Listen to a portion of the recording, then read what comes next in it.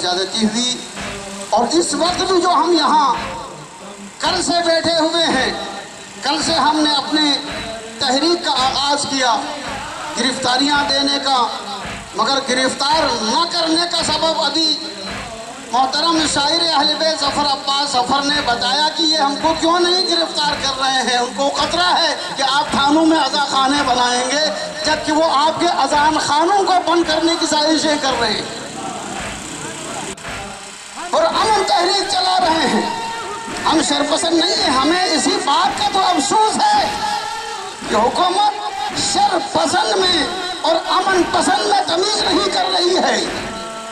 حکومت محب وطن اور ملک دشمن میں تمیز نہیں کر رہی ہے۔ اسی کا رونا ہے، اور یہ جو مظالم ہو رہے ہیں وہ اسی لیے ہو رہے ہیں، اور یہ وہ لوگ ہیں جن کے سامنے قاتل و مقتول دونوں رضی اللہ ہیں، دونوں محترم ہیں، مگر ہم وہ لوگ ہیں جو قاتل پر لعنت بھیجتے ہیں اور مظلوم کی حمایت کرتے ہیں، اور نہ آج کہا کہ نہیں ان کو ابھی اسی وقت چھوڑ دیا جائے۔ ہم نے کہا کہ آپ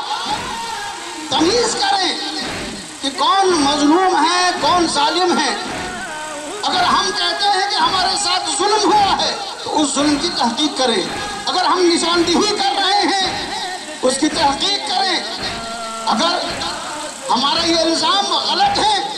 تو پھر آپ دلیل سے ہم کو سمجھائیں، ہم تسلیم کریں گے، اور اگر ہم دلیل سے سمجھاتے ہیں کہ یہاں پر تعصب برتا جا رہا ہے، یہاں سازش کی جا رہی ہے، یہاں جان بوجھ کر ایسے مسائل پیدا کیے جا رہے ہیں، تو پھر آپ کو تسلیم کرنا ہوگا۔ اس سطح پر مذاکرات کے بعد ہم نے اس اپنی تحریک کو پھر 24 گھنٹے کے لیے ملتوی کیا ہے، اور کل 12-1 بجے تک یہ مذاکرات کے نتائج آپ کے سامنے آئیں گے، اور جو کچھ طے ہوا ہے اس کے مطابق فیصلہ ہوتا ہے، بات کو تسلیم کر لیا جاتا ہے،